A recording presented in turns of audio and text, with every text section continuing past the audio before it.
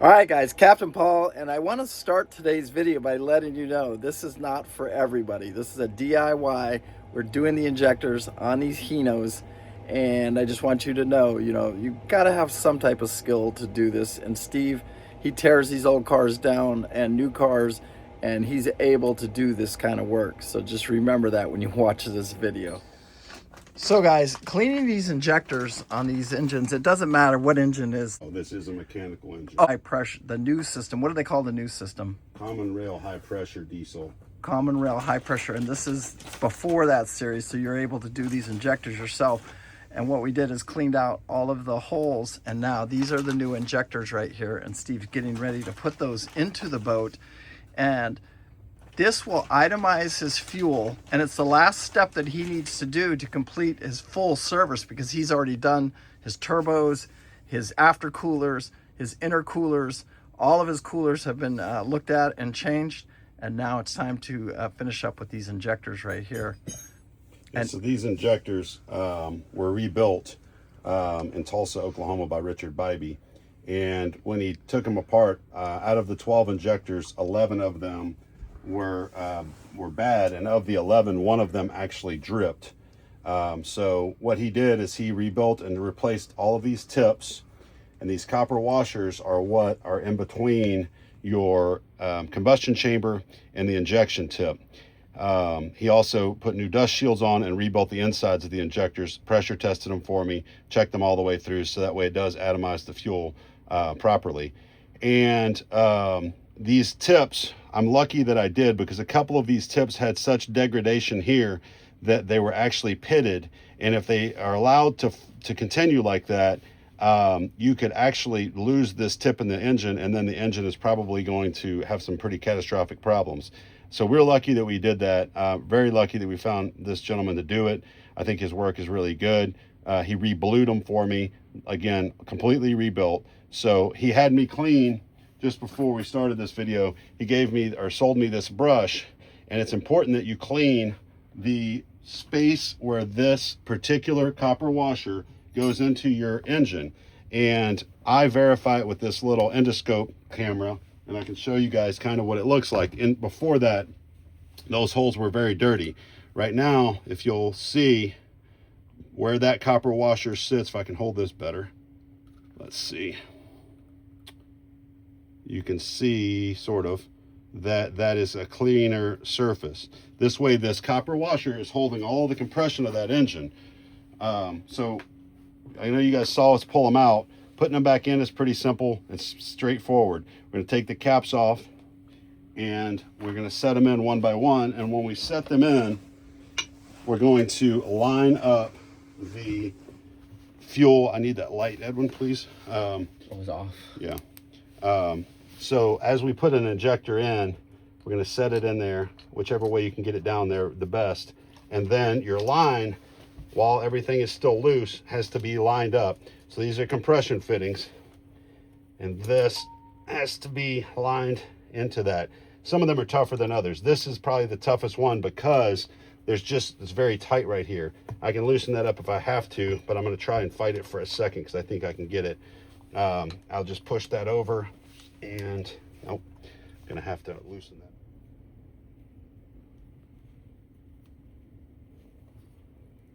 Maybe. Then we can move this around a little bit. Okay, now we've got this where we can move it, and I'm gonna line this up higher, get it inside the injector just like that. And then on these, you're gonna just put them on hand tight, because we're gonna bleed this out by air later. That way we're not fighting, trying to crank this thing over for days and days. So I'm just gonna put them on hand tight, and I'm gonna get all the injectors set. That way all our holes are filled. Then we'll come back and talk about how we tie them down.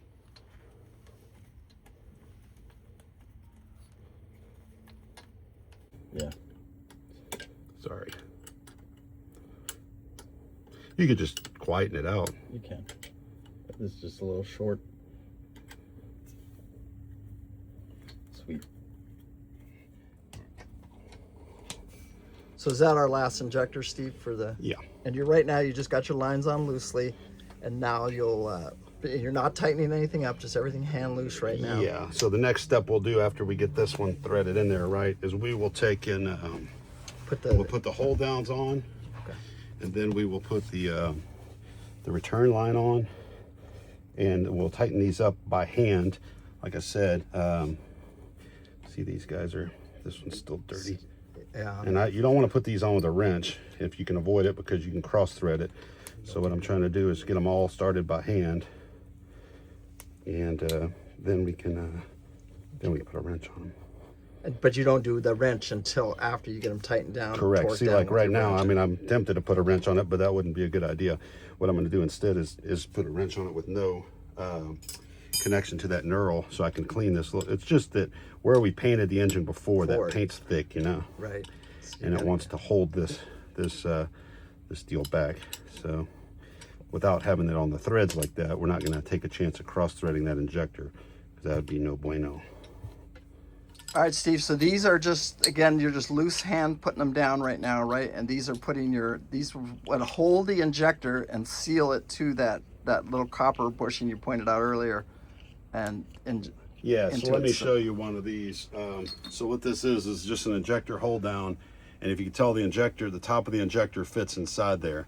So what we're doing is we're putting them over there, and I've cleaned all of the hardware, and you see how it fits over that injector to index it perfectly. Perfect, yeah. And then we're going to take and we put our lock washers on, and then our nuts on, and we're going to torque those to the spec for this engine. You have to look those up on your engine. On this is an old Hino. I believe it's 32 pounds on this particular engine. But we'll just go through and get all these on, and then we'll put our return line on after this. And then you can start tightening things down and torque it with the torque. What we'll do, yeah, correct. We'll torque all those down after we get them all set. Just kind of getting them all in there, getting everything where it goes, pushed down over the injector too, because I don't. All right, Steve. So now you're just hand tightening these down. Yeah, so I'm just pulling these injectors down evenly. With your ratchet. With a ratchet, yeah. I'm just getting them snug for right now. We'll torque them to the spec, but I do one side and then I go to the other a little. This way we're pulling that down evenly, because that's what's holding that injector down on all that compression. And that's what's bedding it into that brass washer. That's right, exactly. All right, I'm gonna go see if I have a 1/2-inch 13mm socket for our torque wrench. Okay. If you'll look right behind me on the banjo bolts for your return line, and banjo bolts are a bolt with a hole in it that flows oil through it, so you can see it's got oil coming in there and going out there, or vice versa. And this runs through on top of your injectors to bring the return fuel back, because the diesel's continually pumping fuel. So the guy that rebuilt my injectors for me gave me these, which are a updated crush washer that goes around there to replace these copper crush washers. So we're going to do that now. The only problem is the shoulder on the return line is so wide that these have to be cut in half. But the reason I like these better is, I'll show you. When I cut these in half in the middle like this, what I'm able to do with this one that I can't do with those regular rings is I can fold these tabs out. This way, when I install them, number one, I've got something to see and hold, but also I know for sure, based on the optics of it, that I've got one underneath that line and above that line. So that's what we're going to go through right now. Is we're going to take and we're going to replace all of these crush rings on this return line and install it. And when he gets back to the torque wrench, we'll torque it all down and we'll show you the next step. You're going to start the engine and you're going to start it and let it run. And then when I tell you to, remember, red stick on the left side, you'll advance it just a little. Yeah, whenever you tell me to. When I tell you to. Turn it on now? Go ahead and start it up.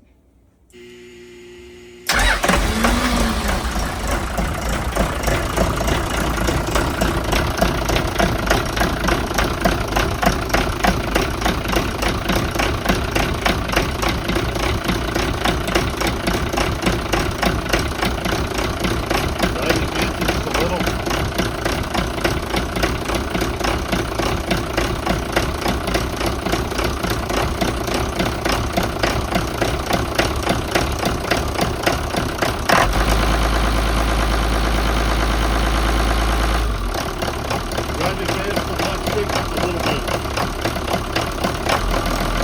Perfect. And both engines, you torqued out both engines, the injectors, and it should eliminate all of the smoke from both engines. Not immediately, but yes.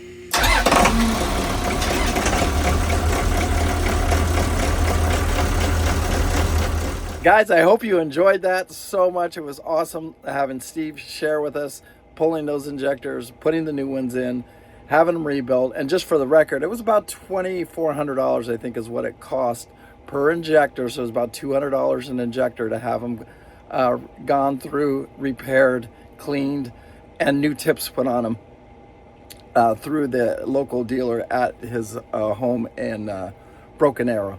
Anyway, peace out. Make sure you hit that like. Make sure you hit that subscribe.